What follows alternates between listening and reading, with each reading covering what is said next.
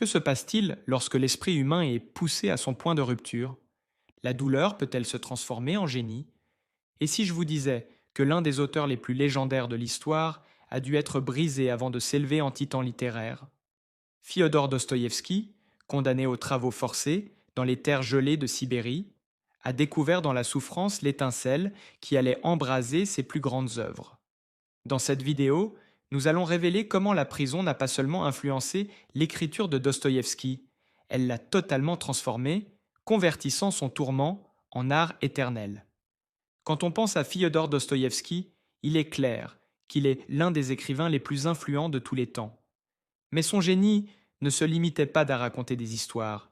Il était aussi un analyste hors pair de l'esprit humain, un explorateur intrépide des recoins les plus sombres de l'âme.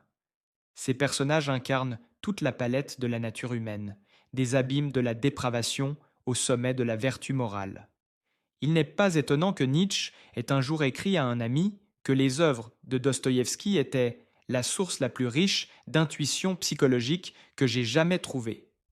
Dans cette vidéo, nous retracerons le parcours décisif qui a forgé l'âme de Dostoïevski et affûté sa plume. Nous examinerons les moments de souffrance qui ne l'ont pas seulement marqué. Ils l'ont façonné en un étudiant incomparable de la condition humaine. Revenons en 1849.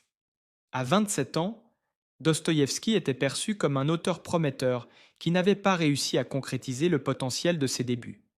Son roman Les pauvres gens, publié 3 ans plus tôt,